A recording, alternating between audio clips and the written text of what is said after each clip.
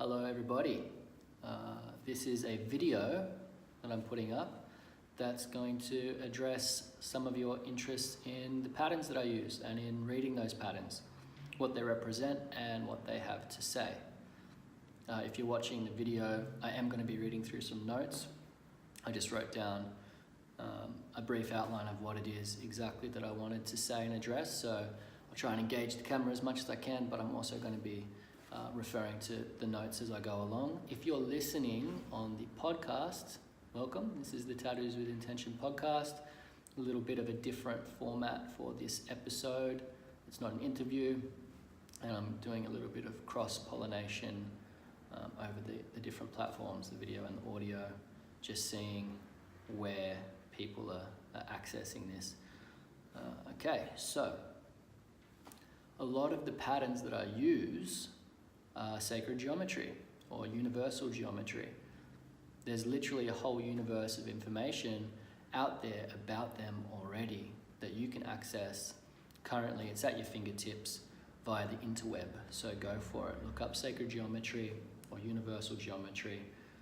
I recommend that because we're currently at a peak in access to information at the moment via our technology, so take advantage of it. May not be around forever.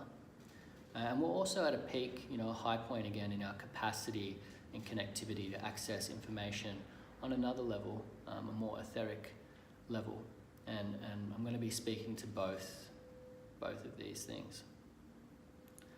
So I'm going to more specifically talk about my work and the patterns I personally use that are not consciously thought out and put together so much. I just sort of draw them and arrange them in a fashion that's come about quite naturally for me while doing this work with people. And the more you do draw and work with the patterns, the more comfortable and the more familiar you become with them and how they work together and how they work on the body and how they work with people and what they represent.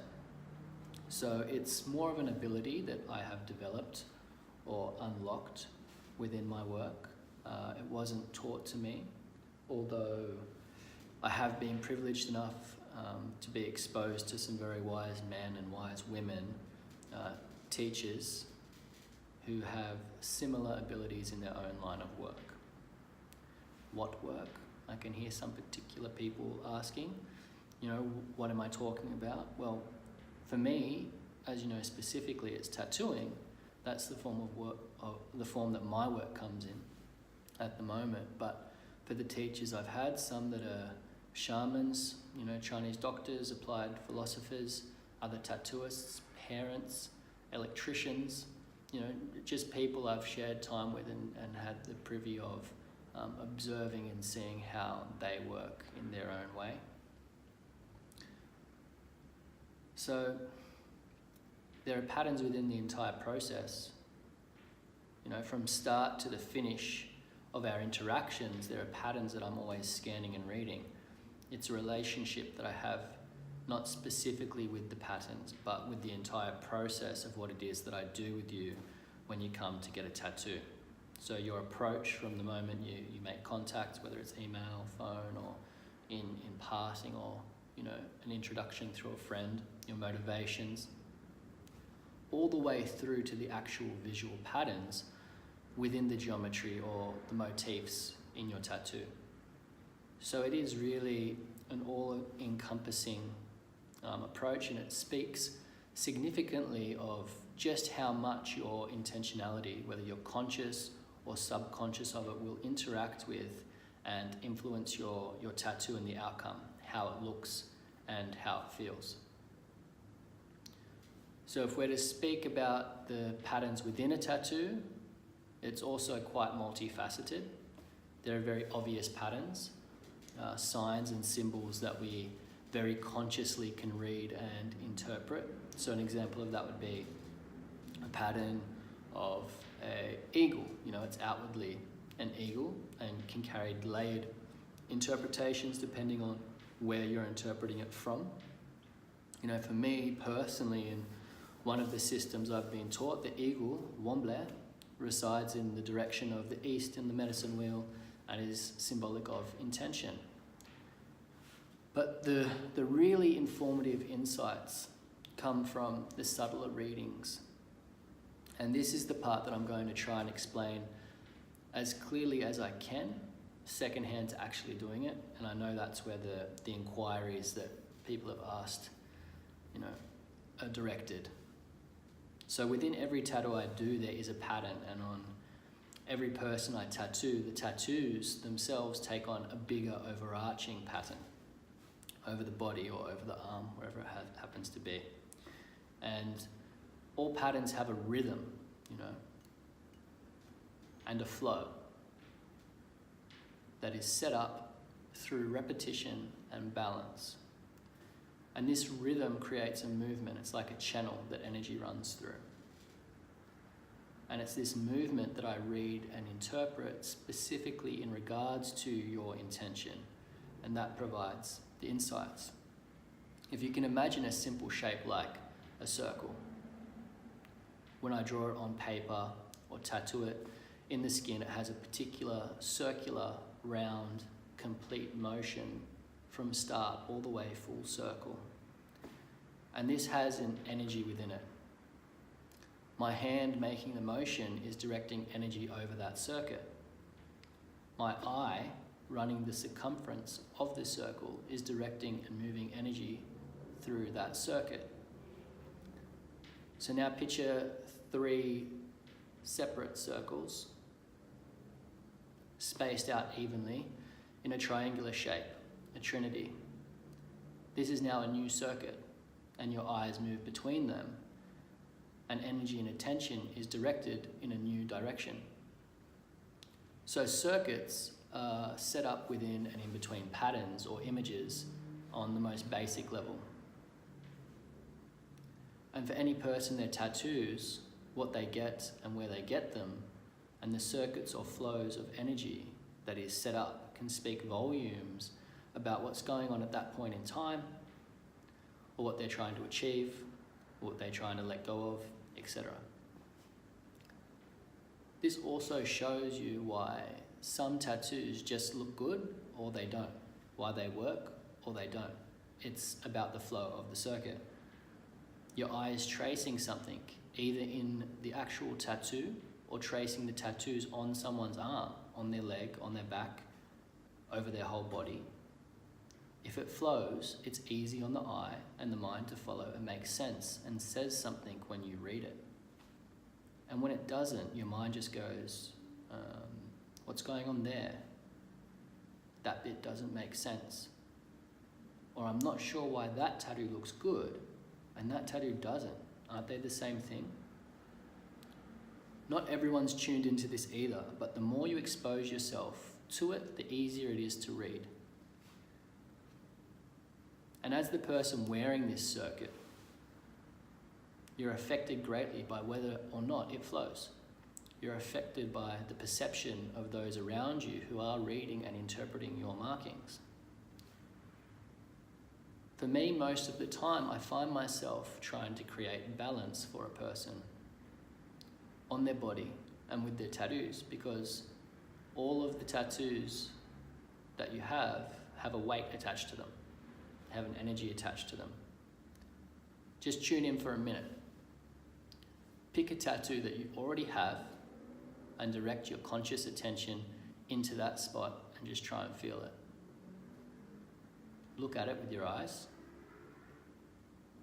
and feel its footprint on your skin. You can feel it. There's a sensation or a weight there.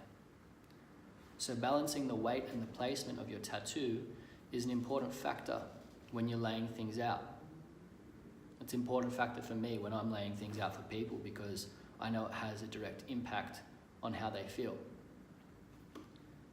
So as I'm laying something out on a client, whether it's a small one-off tattoo or a full sleeve, there's a great deal of information to be gained before we even start the tattoo in where the tattoo goes and where the particular person's tattoos are going overall, the big picture. Then I start with a stencil.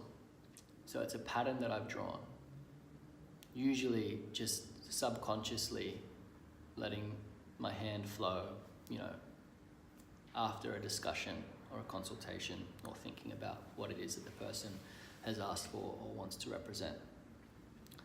This stencil that I start with, this drawing that I've done, is not what the finished tattoo will look like. I can't tell a lot of the time until the tattoo's done. But I have a system or a recipe that I follow, which I know works when I'm translating or rendering the stencil into a tattoo. And if I draw something and tattoo it using that system, then I know it'll be balanced and I know it will flow. And within the process of tattooing and drawing, following that system, a whole new layer of information is revealed. This time quite specific to that particular tattoo, that particular point in time, that particular intention. Again, a lot of the time I'm reading the flow of energy or the circuit within the tattoo. To be a bit clearer for those who are following so far, if we looked at two mandalas, both exactly the same shape, both in exactly the same spots, if I were to tattoo one of them and render it in such a way that the individual segments faded in an outward direction, then what's at the center of this mandala, of this magic circle, that intention that's held within its central governing points would be flowing outwardly, emitting this energy. When I tattoo it physically, the movement of my hand, my arm, my wrist would be moving the needle and the ink in an outward direction away from that spot. And that gets captured. Where in contrast, if I was to render the other mandala, the same pattern, but fading inward, the circuit is flowing in the opposite direction, drawing attention and the pathway that is being traced in towards the programmed center, spiraling energy inwards. So they have very different effects, but they're exactly the same pattern. They've just been tattooed differently and get read differently and perceived differently. They get technically tattooed differently and feel differently. So this is a basic level of some of the elements that I'm constantly reading within a tattoo for someone. It goes as far as blocking things, implanting things, transforming things, opening things, closing particular energies and points as needed. And like I said, I start with the stencil and the drawing, and I don't decide on how the tattoo is going to be shaded prior to beginning. It happens as I'm tattooing someone, so it's very intuitive and kind of works itself out, and I'm reading it the entire way.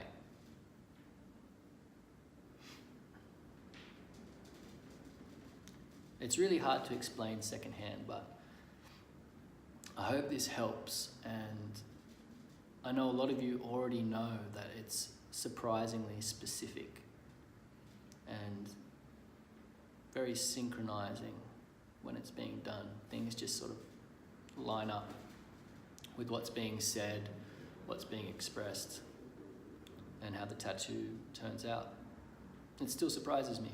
It really does. Now, this is an important part to hear. It's something that I say on repeat, and I like to just vocalize it as much as I can, and that's that I'm not performing any magic or miracles for anybody. No tattooist is, and you need to be aware of and beware of anyone that claims that they can do this. All of the magic and the miracles are your own. It's your work that gets you to the point of being able to receive something of such significance, to be able to participate in this process.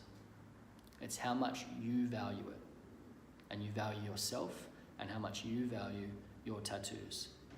That's what you're doing when you're getting tattooed. You're adding to yourself. You're contributing to yourself, to what you are made of. What makes you who you are? Your experiences, the things that you've done, right or wrong, the things that you have learned. And no one else can do that work for you. No one can promise you something that is going to result in a real embodied change, an integrated transformation, without you meeting them there. You have to be doing the work already, period. So be aware of fakes and inflated egos parading around pretending to be something that they are not. I don't want to dwell on it for too long, but at the beginning, I said we're in a peak time of connectivity and to take advantage of it. And on the same note, these conditions make it easy for pirates to take advantage of you. So stay sharp, do your homework. If this is the first time you've come across me, for example, don't just eat up what I'm saying. You know, who am I? Look into it. Ask other people. Who are my teachers that I talk about? How do I know what I know?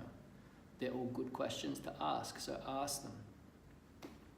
Anyway, I hope this addresses patterns in some shape or form, and that it leaves you with something to think about. Switch off your phone for a bit if you can. Turn it on to airplane mode. Get away from the noise if you can, and let it sink in. I reckon only a small percentage of us can actually do that. We're so tethered to these things today. What a nuisance. Anyway, thanks for listening. Bye.